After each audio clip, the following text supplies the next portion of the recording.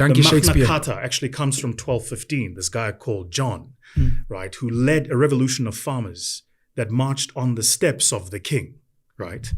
And the reason they marched on the steps of the king was because at the time in England, in the 1200s, say, there were people who were in the House of Lords because they owned a certain amount of land.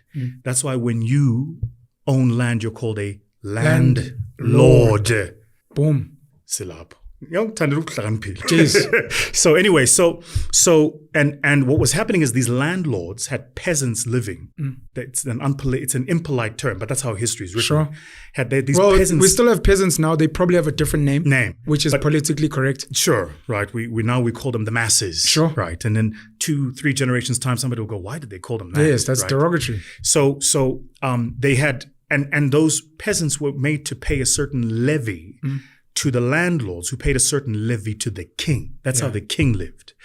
And what happened is the king pushed up the levy. The landlords pushed up the levy to the peasants, and the peasants were like, we can't pay this. Sure.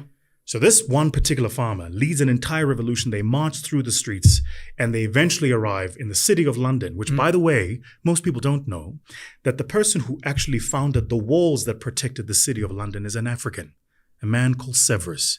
That's why my crypto startup was named Severus. Do you tell enough of these stories? Because the story is amazing. It's hard to, because angitospecies sikhuluma ngokuthi ngezinto zamanje. Okay. You know, I think the point is we can have this conversation because that's how we are tuned in, but most people are not there, right? But go and read up about Severus and who Severus was. Literally the walls that were formed around what then became London were built by an African. Yeah. Without that African, those walls of London would not have existed. And he did so to protect London from all the other, kind of tribes that are trying to attack it. The point I'm making is this.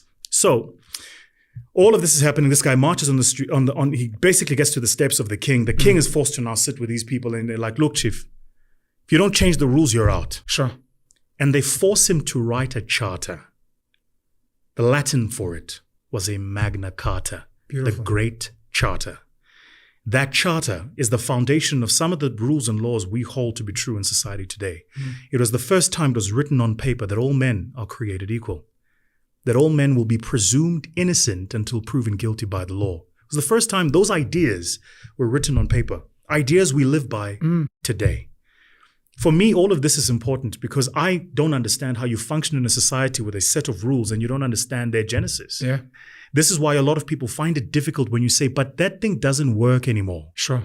We're so harped up on tradition and we're not willing to adapt to innovation because we've convinced ourselves that the way it was done is the best way for it to be done.